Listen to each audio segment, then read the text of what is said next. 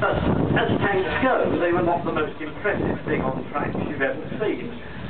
Tiny little vehicles with a crew of two, there's the driver in the front and there's one other chap in the turret who's got quite a lot of work to do.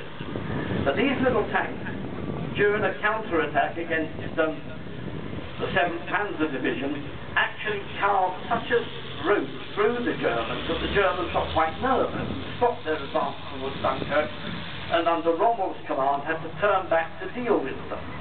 It wasn't that the tanks themselves were particularly powerful or well gunned, but they were quite thickly armoured and they were also quite reliable. They also come out quite small, so they're difficult to hit. The original Matilda, this model, was powered by a Ford V8 engine. The armament was a single machine gun, and as you can see, when it's being driven with the driver's hatch open, the machine gun is masked from firing forward, so obviously when they're going to action, that hatch would be shut. The tracks look woefully exposed. That actually doesn't matter. You'd really have to go over a mine or sustain that sort of damage to break them, and then it wouldn't really matter whether they were covered or not. It doesn't mean it chucks mud everywhere. But it's a tiny little vehicle, and I think the original plan was to build such large numbers of them that you would effectively swamp the battlefield.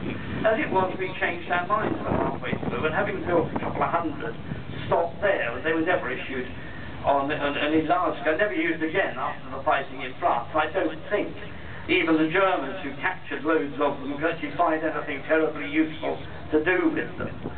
But it's quite a sight to see something of that era going round now.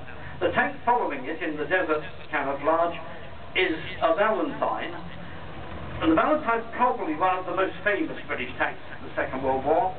They were used primarily in the Western Desert by British regiments.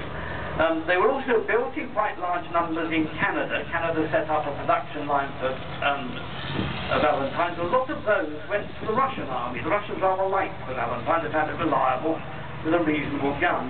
New Zealanders used them in the Pacific, and they had quite an interesting war. There are actually so many different versions of the Valentine with different sizes of gun and different turret crews. Some only had 2 men, some had 3. It's difficult to catalogue the lot in one talk, but what the Valentine had, in addition to a better gun than the little Matilda, was again reliability. It ran on a GMC diesel engine, and because it had this rather unusual suspension designed by a chap called Sir John Carden, it had an excellent cross-country performance.